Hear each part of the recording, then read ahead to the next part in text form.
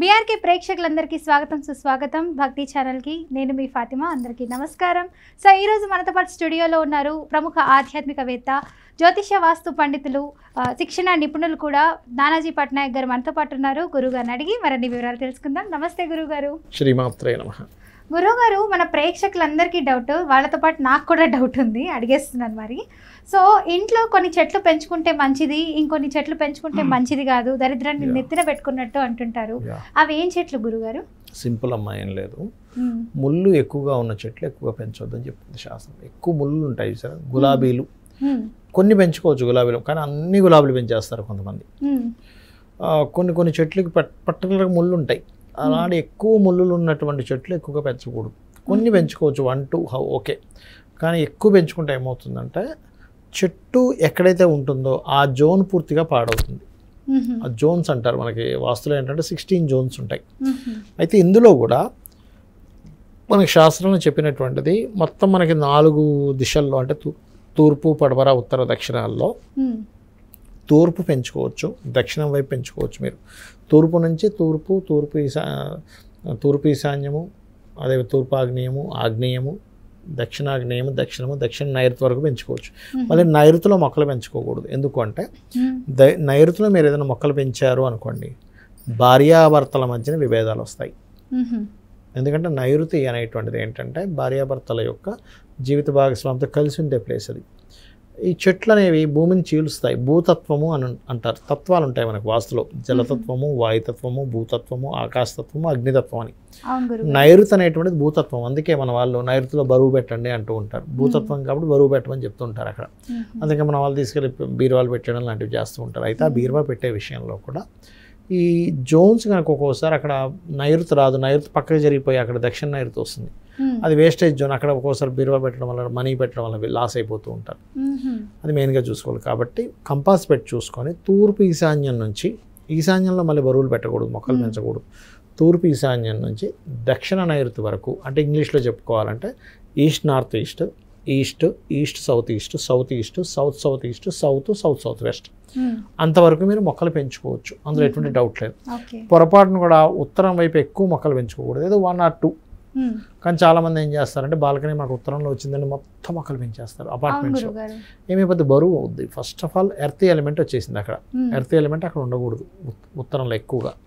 అంటే మీరు చుట్టూ ఇప్పుడు పెద్ద ఫామ్ హౌస్ ఉంది, చుట్టూ మొక్కలు ఉన్నాయి, అది వేరు.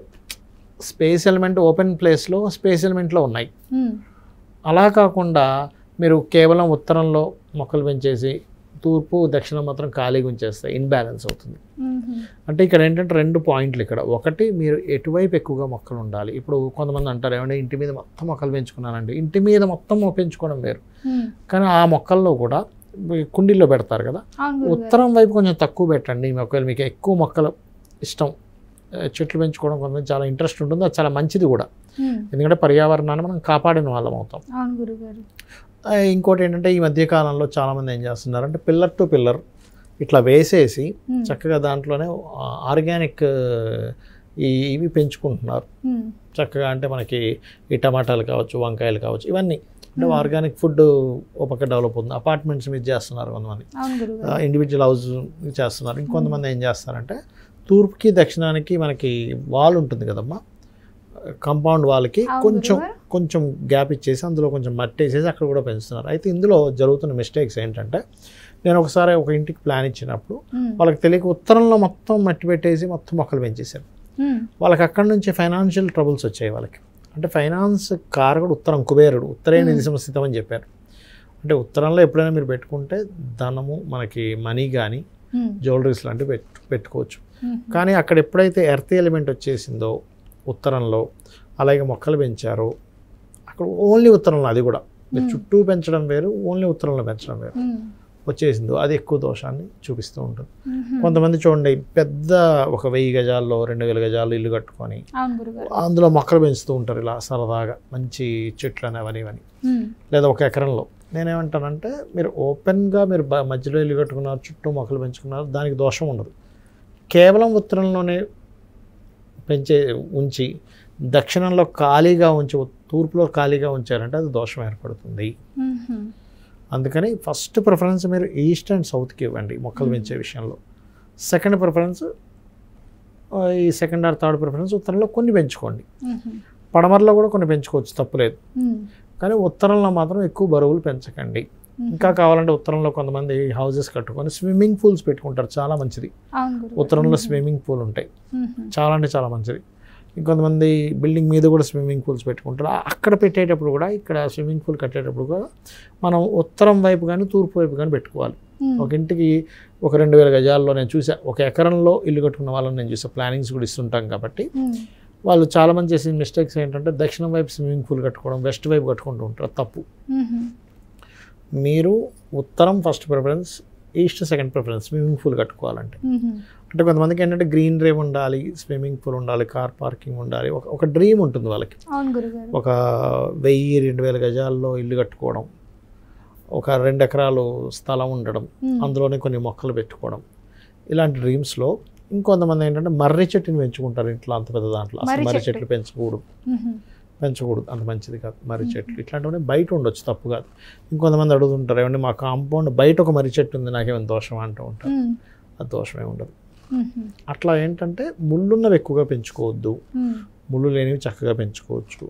ఇంకొకటి ఏంటంటే ఇందులో కొన్ని మొక్కలు ఉంటాయి పాములు రాకుండా ఆపుతుంటాయి. కొన్ని పక్షులు ఉంటాయి, ఆ సౌండ్ విన్న పాము రాదు. ఇప్పుడు మనకి చూడండి, అవుట్స్కర్ట్స్లో కొంతమంది ఇల్లు కట్టుకుని ఉంటారు. ఇక్కడ నుంచి ఒక 50 సిటీ నుంచి ఒక 50-60 కిలోమీటర్స్ దాటితే కంప్లీట్గా ఖాళీ స్థలాలు ఎక్కువ ఉంటాయి, తక్కువ దొరుకుతాయి అక్కడ మనకి. ఏం చేస్తారంటే చక్కగా ఒక 2-3 ఎకరాలు కొనేసుకోవడం, అక్కడ ఫామ్ హౌస్ లాగా కట్టుకోవడం చేస్తూ ఉంటారు.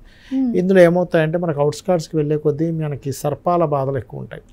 ఇందులో కొన్ని మొక్కలు ఉంటాయి అమ్మ, ఎలా అంటే ఆ మొక్కల స్మెల్కి సర్పం రాదు లోపలికి. ఈస్ట్లో ఎక్కువ మొక్కలు పెంచుతానేమో సోషల్ కమ్యూనికేషన్స్ పెరుగుతాయి. ఆగ్నేయంలో ఉండే మొక్కల వల్ల ఫైనాన్షియల్ గ్రోత్ ఉంటుంది, దక్షిణంలో ఉండే మొక్కల వల్ల కెరీర్ గ్రోత్ ఉంటుంది. అయితే ఇల్లు మనం కట్టేటప్పుడు కూడా దక్షిణం వైపు తక్కువ స్థలం వదలాలి, ఉత్తరం వైపు ఎక్కువ స్థలం వదలాలి. పడమరలో తక్కువ స్థలం వదలాలి, తూర్పులో ఎక్కువ స్థలం వదలాలి. ఒకవేళ పడమరంలో కనుక మనకి ఎక్కువ స్థలం వదిలేమనుకోండి, స్త్రీధనంగా మిగిలిపోతుంది. అంటే ఆ ఇంట్లో పురుషుడు తొందరగా మరణించేటువంటి ఛాన్సెస్ ఉంటాయి పడమర కనుక ఎక్కువ స్థలం కనుక వదిలితే. అది దక్షిణం ఎక్కువ స్థలం వదిలేమనుకోండి, అప్పుల పాలు ఎక్కువ అవుతూ ఉంటారు. ఓకే, చాలా చక్కగా చెప్పారు గురుగారు, ధన్యవాదాలు. శ్రీమాత్రే నమః.